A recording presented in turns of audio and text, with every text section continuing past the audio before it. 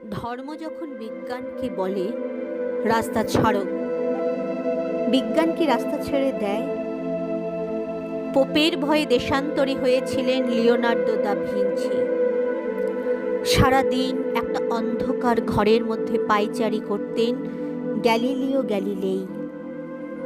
তাকে পাহারা দেবার জন্য বসে থাকত একজন ধর্মের পেয়াদা, যার চোখের পাতা বাতাসেও নড়ত না। বিজ্ঞান কি তখন থেমেছিল? তীর্থের পাণ্ডাদের হই হই, তাদের লাল চোখ কি পেরেছিল পৃথিবীটাকে বেঞ্চের উপর দাঁড় করিয়ে সূর্যকে তার চারদিকে ওঠবোস করাতে?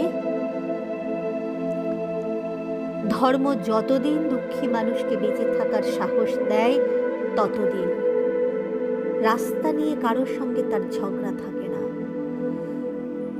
রাস্তা কারো একার নয়, বরং তাকেই একদিন রাস্তা ছাড়তে হয় যার স্পর্ধা আকাশ ছুঁয়ে যায়।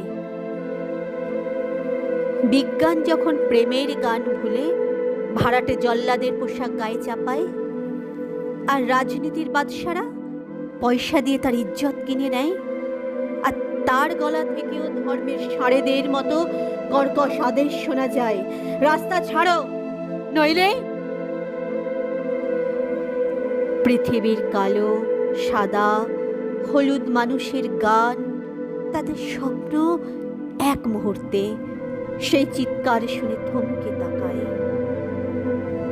তারপর যার যেদিকে রাস্তা, সেদিকে মুখ করেই তারা সামনে, আরো সামনের দিকে এগিয়ে যায়। কেউ কারোকে রাস্তা ছেড়ে দেয় না, যতদিন এই পৃথিবীতে গান থাকে, গানের মানুষ থাকে, স্বপ্ন থাকে। ধন্যবাদ।